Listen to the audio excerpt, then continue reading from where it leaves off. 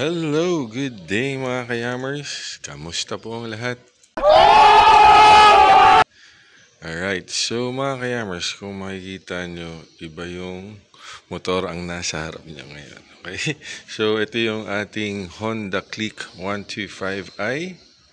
Alright, so sa susunod ko na video, papakita muna yung mga pinago natin dito. Pero for now, ang gagawin natin sa kanya is magpapalit tayo ng tensioner. Alright? So please stay tuned mga kayamers.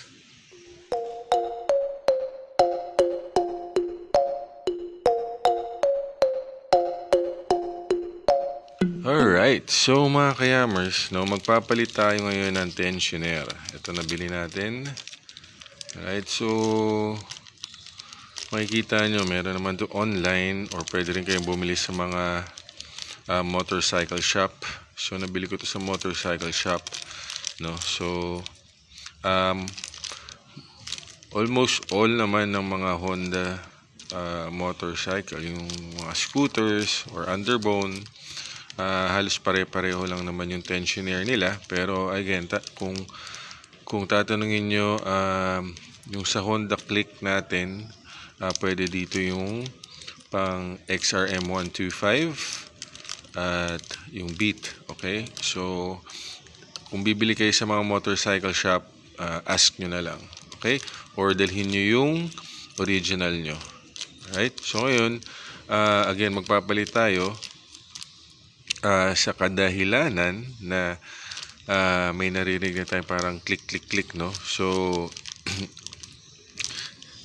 isa yan sa mga sinyales na kailangan ng palitan yung tensioner, okay, ng inyong mga motor. So ito, ang takbo nitong motor na to ay nasa 9,000 plus kilometers na. So yun, aanihin natin to, palitan natin ng tensioner. Okay? So unang gagawin nyo mga kayamers, kailangan nyo muna tanggalin yung upuan. Okay? So kung paano nyo tatanggalin yan, una tatanggalin nyo itong cover ng fuel. Okay? Ng fuel tank nyo. May mga Phillips screws lang dyan. And then itong U-box, tatanggalin nyo rin.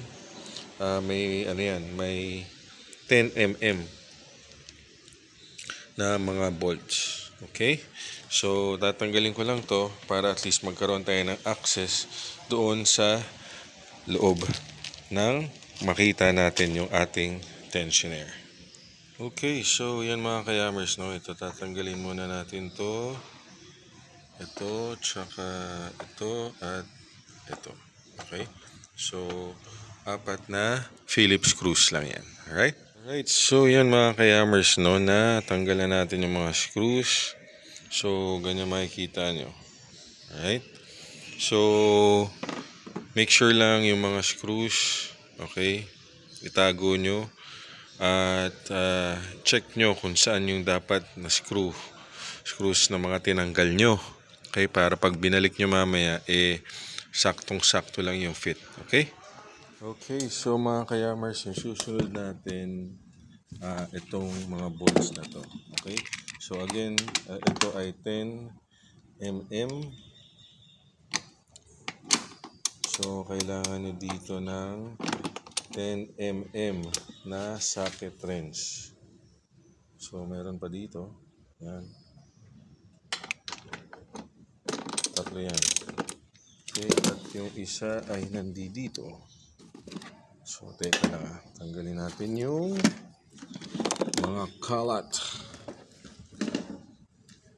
Okay, so yun, 10mm din yun. Oop.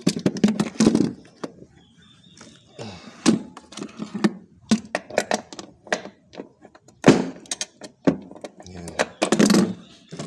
So tatanggalin nyo lang yan mga kayamers. Alright?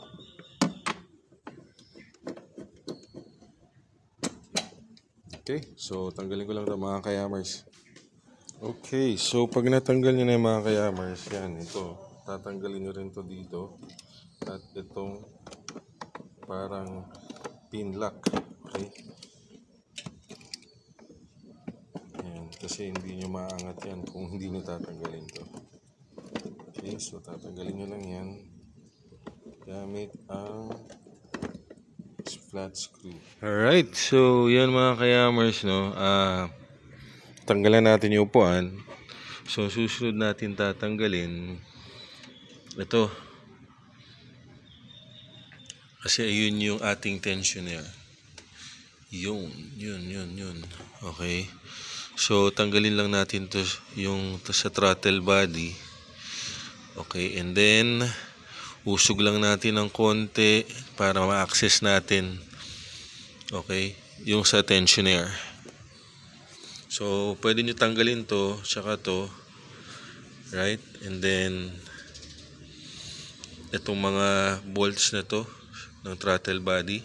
So mga 10mm rin yan. So gawin lang natin, tatanggalin ko lang. Okay, so yan mga kayamers, tanggalan natin. So ito, takpan nyo na lang to ng cloth para at least hindi pasukin ng dumi.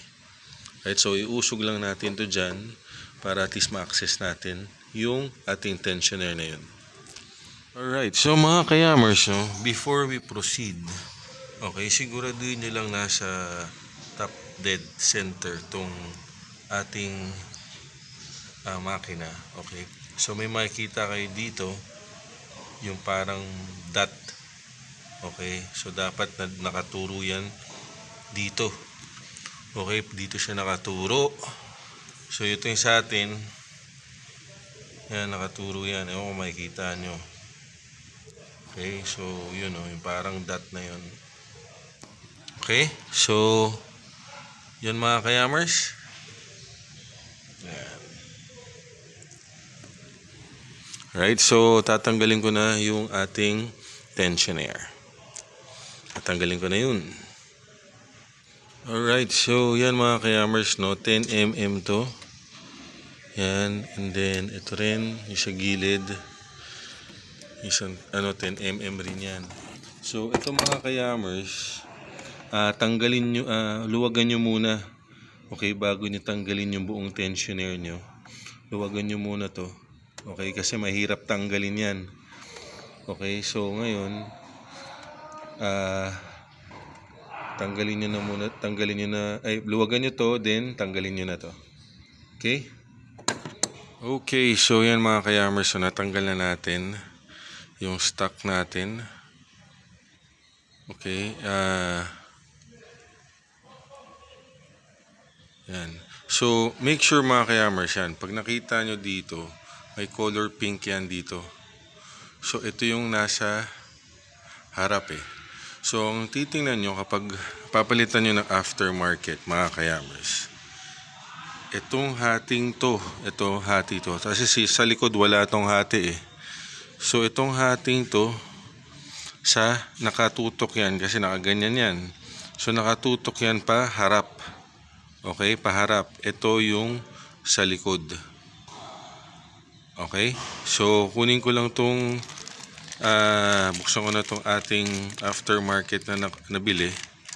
Okay, then ikakabit ko na dun. Alright, so yan mga kayamers, ito yung aftermarket natin. So ito yung yan siya. Okay, so ito yung sa harap, nakatutok sa harap. Ito yung sa likod. Okay, tandaan niyo yan So gagawin ko muna, pipihitin ko muna to bago ko ipasok sa loob. Okay, para at least bumaba to. May susi yan yun nakasama. Ito.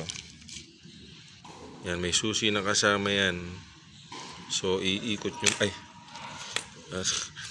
nyo muna to dito para ito pumasok muna bago nyo isuksok doon sa motorsiklo or sa ating click. Alright?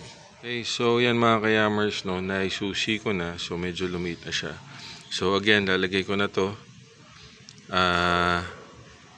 sa ating click. Right, so again, ito ang nasa unahan, yung may hati, yung sa likod yung walang hati. Yeah. Oop.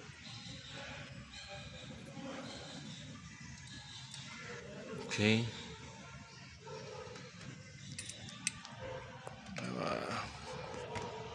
Time out. Ipipihitin ko muna ulit ito. Alright, so yan mga kayamers, no, nasuksok ko na. So higpitan ko na lang paunti-unti yung mga bolt. Okay. So alternate nyo yung paghigpit mga kayamers para siguradong pantay. Okay. Then pag nahigpitan ko na, tatanggalin ko na itong parang susi para mag-engage na siya. Right? Okay, so yan mga kayamers, nahigpitan ko na. Then tatanggalin ko na itong susi para makapag-engage na siya. Okay?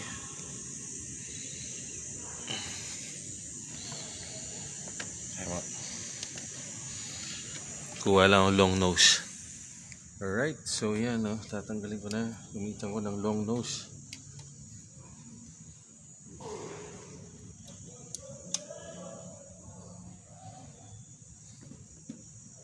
Yun, so nag-engage na siya. So ang gagawin na lang natin, ito kasi may kasama rin itong mga goma, tsaka itong takip. Pero mas okay yata kung itong stock yung gagamitin natin. Yan, okay pa naman yung goma niya tsaka itong ano eh. So itong stock na lang gagamitin natin. So tatanggalin lang natin itong o-ring, then lalagay natin doon. Alright, so yan ang mga kayamers. So nakabit na natin yung ating bagong tensioner. So, ang gagawin ko, babalik ko na lang ito yung sa throttle body.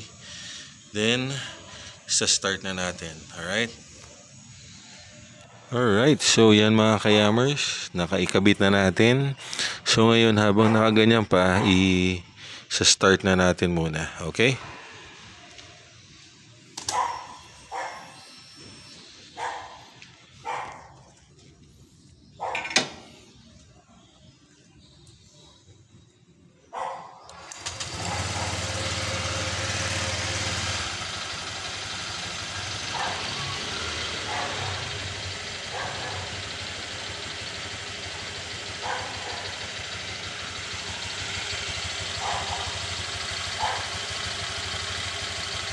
Yun, nawala na yung tik-tik-tik-tik.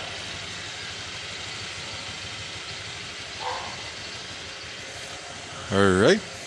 So yun mga kayamers, na successful yung pagkapalit natin ng ating tensioner dito sa ating Honda Click 125i na si Elegance or si Elegante. Alright.